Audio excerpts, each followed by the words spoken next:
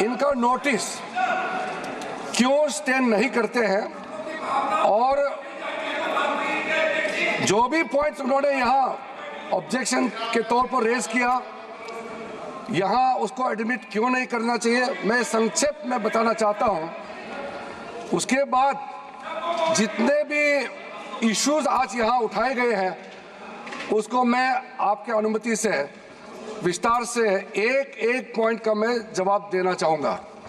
और मैं ये मानता हूँ, विश्वास है कि मेरे बात को ध्यान से सुनने के बाद अंत में इन्होंने जो भी आशंकाएं व्यक्त किए हैं या गलत तरीके से यहाँ बातें बताया गया है, सब चीज़ को मैं दूर करूँगा। और मैं सिर्फ उम्मीद ही नहीं, यकीन है कि इस बिल के बारे में सब कुछ जानकारी प्राप्त करने के बाद इस हाउस के जितने मेंबर्स हैं सब इस बिल को समर्थन जरूर करेंगे। सबसे पहले अध्यक्ष महोदय जी, इन्होंने कॉम्पिटेंसी का मुद्दा यहाँ उठाया।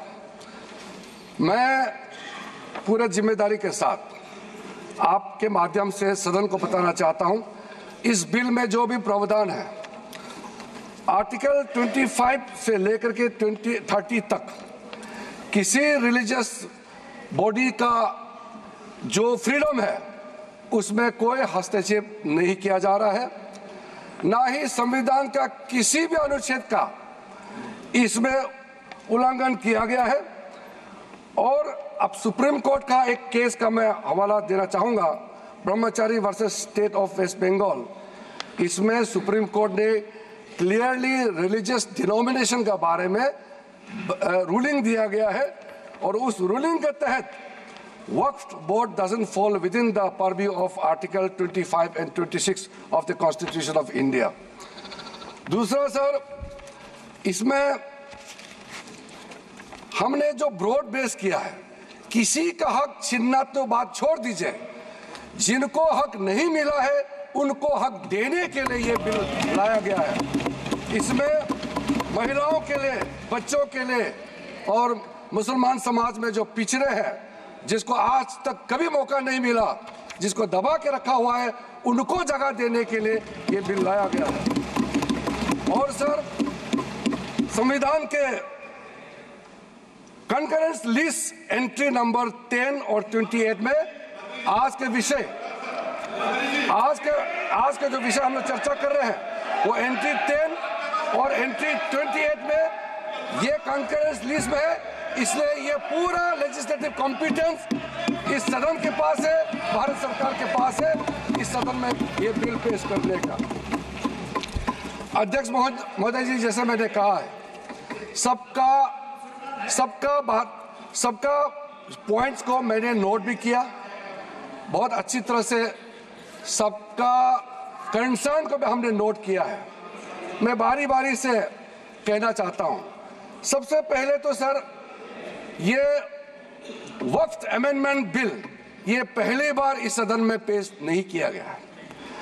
अंग्रेजों के जमाने से लेकर के उससे पहले का लंबा इतिहास में मैं नहीं जाना चाहता हूं, लेकिन आजादी के बाद सबसे पहले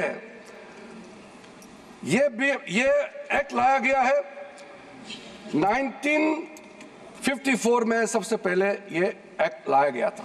उसके बाद कई अमेंडमेंट हुए सर, काफी अमेंडमेंट होने के बाद मैं पूरा इतिहास में नहीं जा रहा हूं, लेकिन जो अमेंडमेंट आज हम लाने जा रहे हैं इस सदन में वो वक्फ एक्ट 1995, जिसको 2013 में अमेंडमेंट ला करके इस पूरा जो वक्त का पर्पस, इंटेंशन और जिसके उम्मीद में लोगों का सालों तक था कि इस अमेंडमेंट जो लाया इससे कुछ फायदा मिलेगा, उसको उल्टा करके 2013 में ऐसा प्रावधान डाला गया था जिसके वजह से आज ये अमेंडमेंट लेकर के हमको यहाँ सदन में आना पड़ रहा है। सर, 1995 का वक्फ अमेंडमेंट एक्ट में जो भी प्रावधान लाया गया था उसको कई लोगों ने अलग अलग तरीके से उसका असेसमेंट किया, उसको देखा है कि वाकई 1995 का वक्फ अमेंडमेंट बिल क्या ठीक है, काफ़ी है, जिस पर्पस के लिए लाया गया है वो सर्व कर रहे हैं। कई कमेटियां, कई लोगों ने इसका पूरा एनालिसिस किया है सर, मैं उसका आपके सामने में अभी रखूंगा। लेकिन ये पाया गया है कि 1995 का वक्फ अमेंडमेंट एक्ट ये बिल्कुल असक्षम रहा है और जिस पर्पस के लिए एक्ट लाया गया है वो पर्पस सर्व नहीं हो रहे थे और कई गलतियां, कई खामियां इसमें पाया गया है। उसके लिए कुछ कदम उठाया गया है। मैं आज इस सदन में आपके माध्यम से खास करके कांग्रेस पार्टी को कहना चाहता हूं, ये अमेंडमेंट आज सरकार इस सदन में ला रहे हैं, ये एक तरीके से आप लोगों ने जो भी कदम उठाया है, आप लोगों ने जो भी चाहा है वो आप नहीं कर पाया, वही चीज करने के लिए हम आज ये अमेंडमेंट प्रपोज किया गया है। अब जब मैं इसका विवरण दूंगा तो आप बिल्कुल सहमत होगा मैं जो आपके सामने में बात रख रहा हूं। और दूसरी बात, इसमें हम लोग सब चुने हुए प्रतिनिधि हैं। मैं अपना बात तर्क रखने से पहले ही बताना चाहता हूं, इस बिल का समर्थन कीजिए, करोड़ों लोगों का दुआ मिलेगा। अगर आप विरोध करोगे, चंद लोगों ने पूरा वक्फ बोर्ड को कब्जा करके रखा हुआ है और आम मुसलमान लोगों को जो न्याय इंसाफ नहीं मिला उसको सही करने के लिए ये बिल लाया गया है। इतिहास में दर्ज होगा कि ये बिल को कौन कौन समर्थन किया है और किसने विरोध किया है, ये इतिहास में नाम दर्ज होगा। इसलिए इस बिल का विरोध करने से पहले आप सोचिएगा करोड़ों गरीब महिलाओं का, बच्चों का, गरीब मुसलमानों का। सर, सबसे पहले मैं सर जो खामियां ये 2014 से लेकर के आज तक ये 1995 अमेंडमेंट एक्ट के बारे में मैं सिर्फ नहीं कह रहा हूं, हमसे पहले कांग्रेस के जमाने में भी कई यहाँ इस मुद्दे को लेकर के कमेटियां और अलग अलग जगह में इसका विवरण किया गया है। सबसे पहले सर 1976 में वक्फ इंक्वायरी रिपोर्ट पेश किया गया था और 1976 वक्फ इंक्वायरी रिपोर्ट में जो बड़ा रिकमेंडेशन आया मैं आपके सामने में पढ़ के सुनाना चाहता हूं। 1976 वक्फ इंक्वायरी रिपोर्ट में कहा गया है सारा वक्फ बोर्ड्स जो है मुतवालिस के कब्जे में चले गए हैं, उसको डिसिप्लिन करने के लिए प्रॉपर कदम उठाया जाना चाहिए।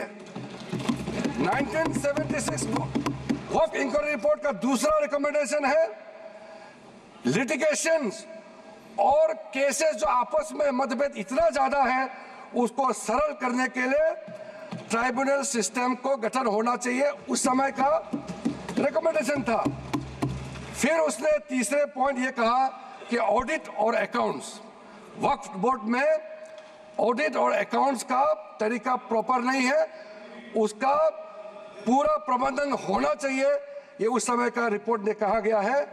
और आखिरी में it recommended the reforms in the category of वक्फ अल औलाद, बच्चों के लिए जो हम वक्फ देते हैं उसको सुधार लाना चाहिए, ये 1976 का रिपोर्ट में कहा गया है। उसके बाद सर जो हम आज थोड़ा विस्तार में जिसको मैं बताना चाहता हूं, दो कमेटियों के बारे में। ये दो कमेटी कांग्रेस के समय में ही बनाया गया था। सबसे पहले high level committee under justice Rajendra Sachar, ये सर 9 मार्च 2005 में गठन किया गया था, यूपीए का सरकार आ चुके थे और ये स्पेसिफिक मुसलमानों के लिए, उनके वेलफेयर के लिए ये गठन हुआ। और सच्चर कमेटी का जो रिपोर्ट है ये हम सब मालूम है। मैं सिर्फ रेलेवेंट पोर्शन आज इस सदन में बताना चाहता हूं। सचर कमेटी का जो पहला रिकमेंडेशन है, इसमें कहा गया है एनुअल इनकम जितना वक्फ बोर्ड का प्रॉपर्टीज है 4.9 लाख रजिस्टर्ड वक्फ प्रॉपर्टीज, ये सिर्फ 163 करोड़ ही आमदनी जनरेट होता है। ये किसी भी रूप से जस्टिफाई नहीं किया जा सकता है और इसको एफिशिएंट तरीके से, मार्केट तरीके से, जिस तरीके से मैनेज होना चाहिए सारा वक्फ प्रॉपर्टी को, अगर सही माने में उस समय उन्होंने कहा, उस सचर कमेटी ने, तो उस समय 12,000 करोड़ रुपया पर एनम मिलता है और उस समय जनरेट हो रहा था 162 करोड़। लेकिन मैं साथ साथ ये भी कहना चाहता हूं, क्योंकि वो कमेटी का रिपोर्ट है और मैं माइनॉरिटी अफेयर्स का मंत्री होने के नाते जो हम लोगों ने स्टडी किया है, टोटल 8,72,320 वक्फ प्रॉपर्टीज हमारा जो वामसी जो पोर्टल है उससे पूरा डिटरमिन नहीं किया जा सकता है, लेकिन उसका मार्केट वैल्यू सचर कमेटी ने जो कहा है उससे कई गुना अधिक होने का संभावना है। ये एक आम अंडरस्टैंडिंग का बात है, सबको मालूम है वक्फ के पास कितना प्रॉपर्टी है, वक्फ बोर्ड के पास, और कितना आमदनी है। दूसरा सर, सचर कमेटी का रिकमेंडेशन, सचर कमेटी ने, आप यूपीए का समय में ही आपने कमेटी का रिपोर्ट एक्सेप्ट किया, उसमें कहा गया कि अभी जो मौजूदा वक्फ बोर्ड है उसको ब्रॉड बेस किया जाना चाहिए। जो लोग मेंबर होते हैं, जो लोग इस कमेटी में, जिस वक्फ बोर्ड में है, उससे काफी नहीं है, इसलिए इसका ब्रॉड बेस होना चाहिए, रिप्रेजेंटेशन ज्यादा होना चाहिए। ये सचर कमेटी का रिपोर्ट का पहला नंबर पॉइंट। इसमें सर दो महिला सेंट्रल वक्फ काउंसिल और स्टेट वक्फ बोर्ड में होना चाहिए, ये भी सचर कमेटी का ही रिकमेंडेशन है। सेक्रेटरी जो होते हैं सेंट्रल वक्फ काउंसिल का, वो joint secretary level government of India का उस स्तर का ऑफिसर होना चाहिए। उसमें अंडर सेक्रेटरी का जूनियर ऑफिसर लेवल जो बनाया है, उसको आप रैंक को जॉइंट सेक्रेटरी लेवल तक उसको उठाना चाहिए, ये उसी कमेटी का रिपोर्ट में आया है। और जो स्टेट में वक्फ बोर्ड है उसमें क्लास 1 ऑफिसर होना चाहिए। सचर कमेटी ने सीधा ये कहा है कि प्राथमिकता महिलाओं और बच्चों को दिया जाना चाहिए। हम आज का जो बिल आपके सामने में पेश कर रहे हैं, ये उसी सचर कमेटी का रिपोर्ट के अनुसार सेम पर्सन हम यहाँ आपके सामने में लाया जा रहा है। और आपको तो खुश होना चाहिए, ये कमेटी आपने बनाया सर। सर ये सर हमने शांति से इनकी बात सुना। अध्यक्ष महोदय जी, ये सीनियर मेंबर है, इस तरह से बीच में उठ के बोलना ठीक बात नहीं है, आपको तो नियम मालूम है सर। दूसरा कमेटी, जॉइंट पार्लियामेंट्री कमेटी, जो जॉइंट पार्लियामेंट्री कमेटी कॉन्स्टिट्यूट किया गया है, जिसका अध्यक्षता के रहमान खान जी, तो उस समय कैबिनेट मिनिस्टर भी रहे, माइनॉरिटी अफेयर्स मिनिस्ट्री का भी मंत्री रहा है, उनके डिप्टी स्पीकर भी रहा, डिप्टी चेयरमैन राज्यसभा में रहा है, और उन्हीं के अध्यक्षता में पूरा पार्टी के सदस्य हमारा भारतीय जनता पार्टी से भी मेंबर थे।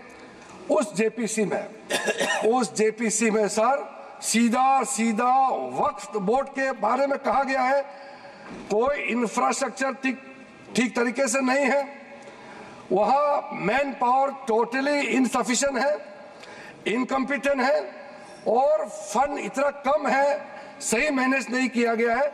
इस तरीके से वक्फ बोर्ड नहीं चल सकता है।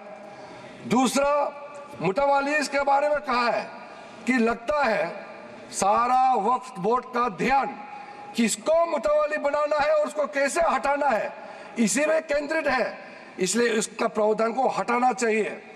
फिर कहा गया है डॉक्यूमेंट, महत्वपूर्ण डॉक्यूमेंट जितने भी हैं उसको प्रॉपर से मेंटेन करने का भी प्रावधान वक्फ बोर्ड में नहीं है, उसको किया जाना चाहिए। और वक्फ बोर्ड मौजूदा जितना है देश भर में उसको फिर से सर्वे होना चाहिए और गरीब मुसलमानों के लिए और वक्फ बोर्ड का अपना अंदर में सही चीज का, चाहे वो लीगल मैटर हो और कोई भी चीज हो, उसका एक्सपर्ट्स, लॉयर्स, वहां उनका एक्सपर्ट लोगों का और भी लोगों को अंदर लाने का जरूरत है ताकि वो ज्यादा चुरुस्त दुरुस्त हो सके।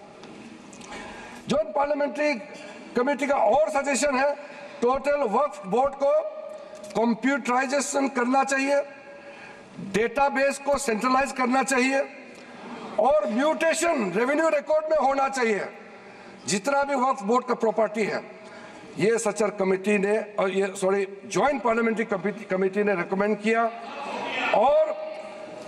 और सर आप सबको भी एक बार वो कमेटी का रिपोर्ट मैं आपको ही दे देता हूं ताकि आप भी पढ़े फिर से।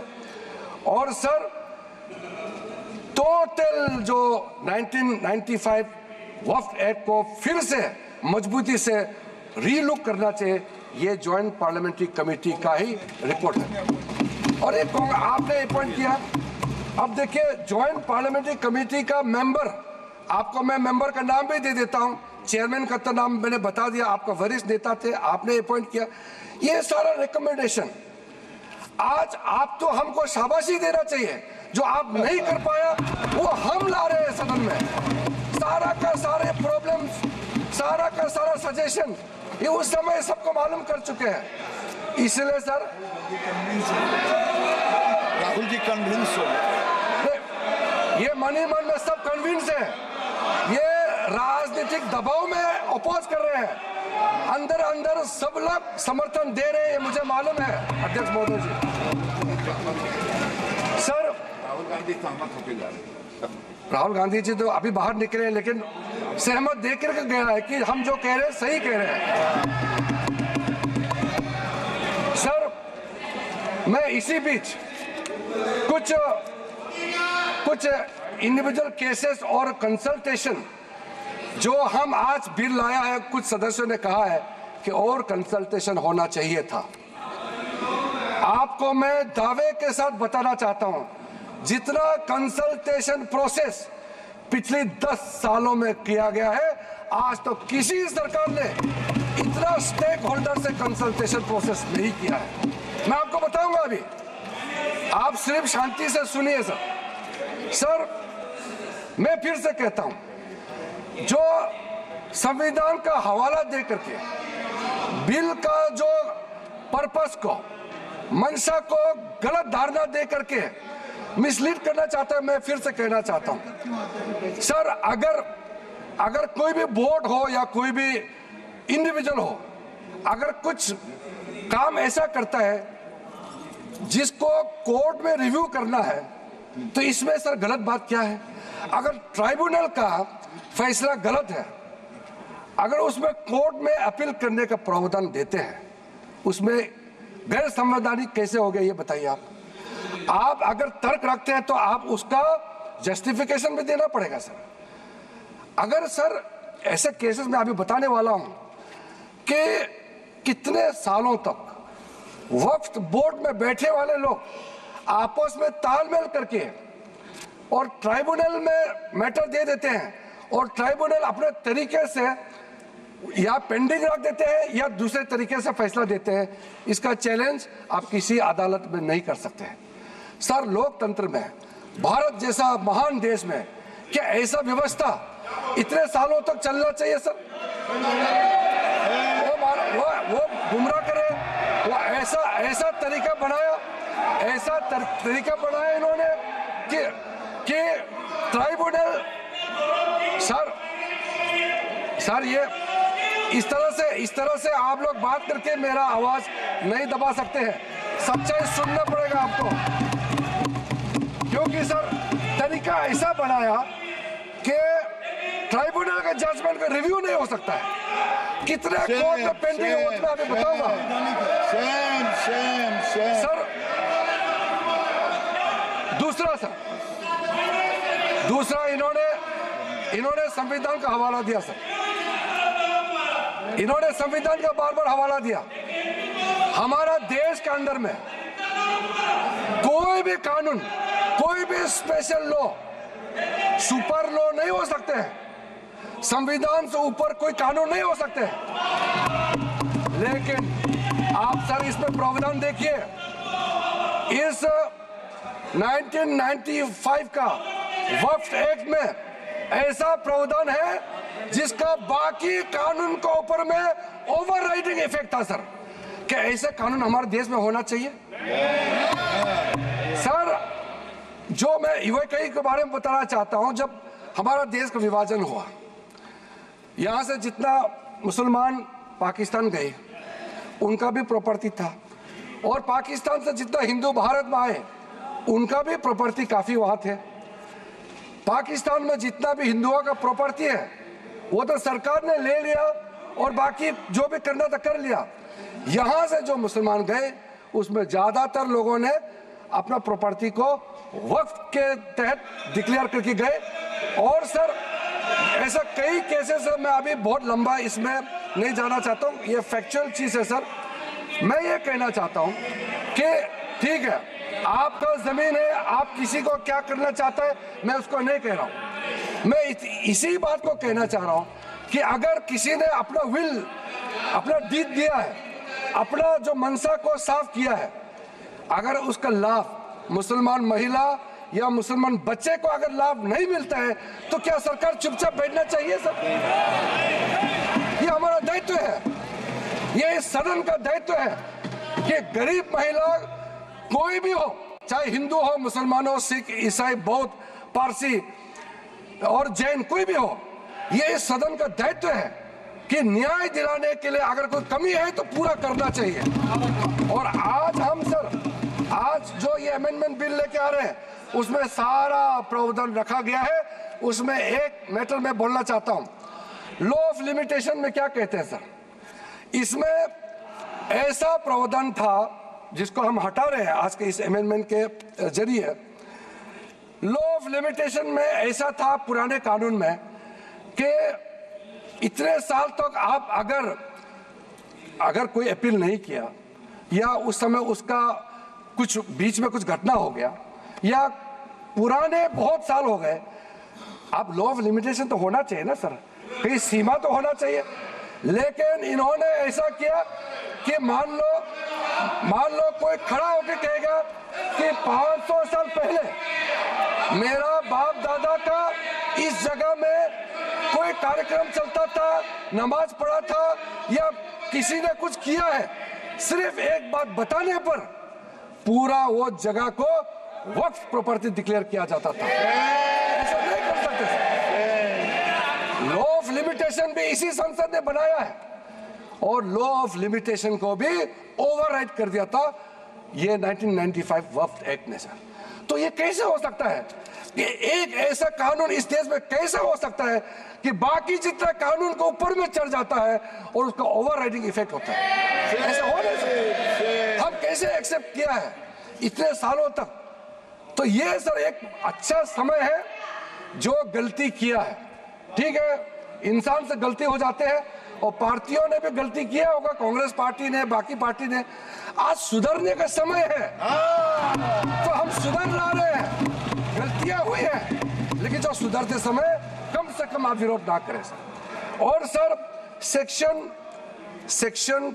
108 special provision under vehicle property act 1950, उसको सर हम लोग हटा रहे हैं, क्योंकि ऐसा सेक्शन हमारा देश का किसी कानून में, किसी भी स्टैट्यूट बुक में नहीं रहना चाहिए सर। उसके बाद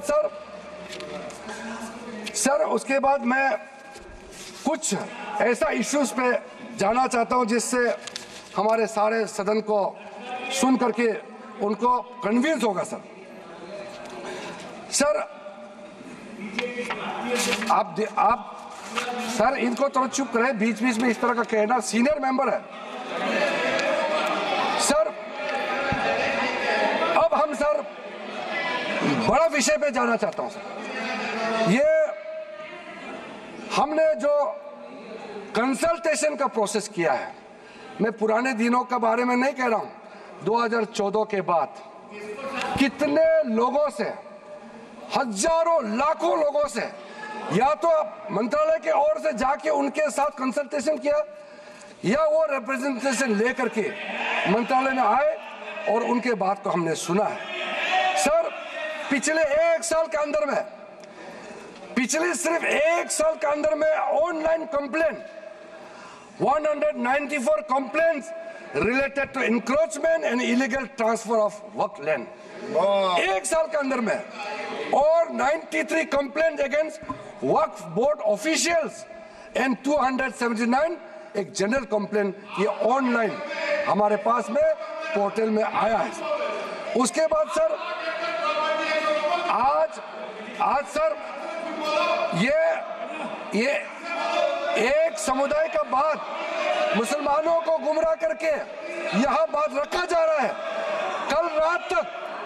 कल देर रात तक मेरे पास में मुसलमानों का डेलीगेशन आते रहा और हमसे पहले भी कितने लोग मिले हैं, और इसको आप ये सोचते हैं कि क्या सर ये क्या बोहरास कम्युनिटी का संख्या कम है, इसके लिए ये महत्व नहीं देंगे क्या?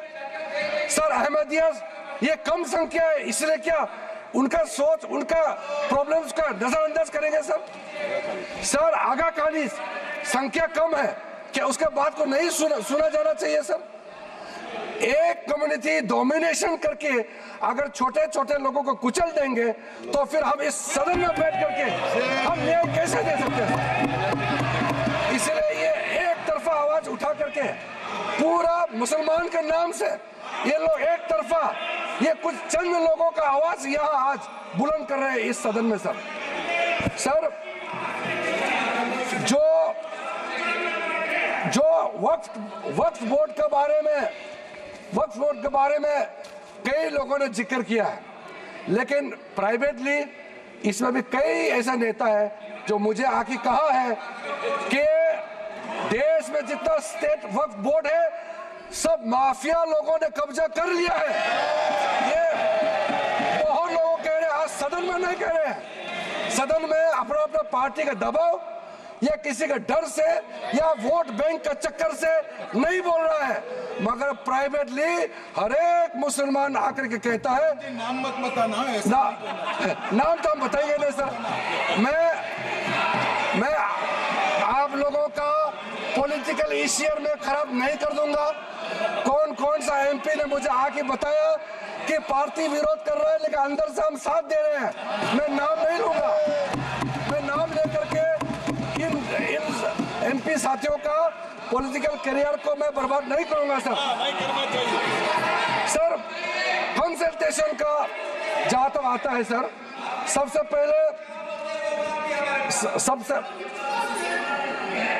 बस हो गया सर।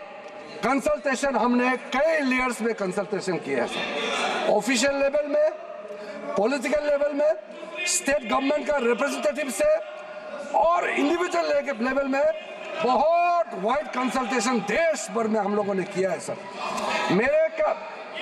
मुझे इस मंत्रालय में आए हुए अभी लगभग 2 महीने हुए हैं, लेकिन जो कंसल्टेशन प्रोसेस हमारे से पहले जो मंत्री थे इस मंत्रालय के, सब लोगों ने बहुत बारीकी से समस्याओं का भी पहचान किया और कंसल्टेशन प्रोसेस भी बहुत ब्रॉड बेस किया है सर।